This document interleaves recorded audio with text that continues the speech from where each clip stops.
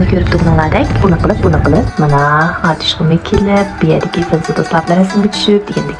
Mana güzel Qashqadaryo ikkinchi yurtimga keldim-da, mana. Kepma qoldik deyman.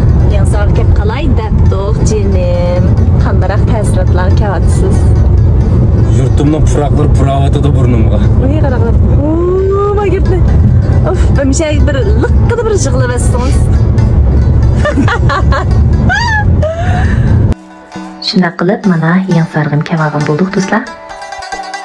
Yo'lishim shuncha hayajon, shunchalik xushal-da. Shunday hayajon ilkida mana uy qarab mangdiq. Qaynopam shunday alayda tayyorliklarni qilib bizni saqlab turibdi. Bu Qashqarning ko'chalari nimdegan chiroyli.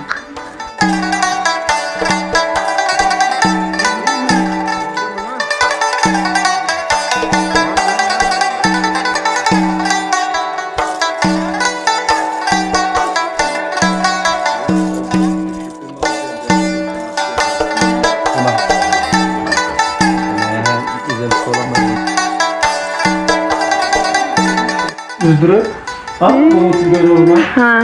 Aşağı üzdürüp aşağı yıkızıp ekittim. Kimni? Yo'q. Üzümeydi. Ona degan nimga uluqa mana bizga atab üzümlarni hech kim yegizmay.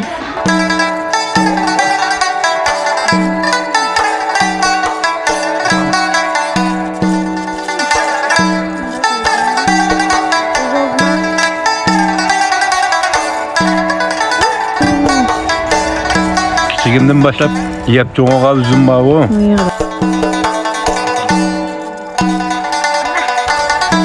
Yine çık apam çıktı mana.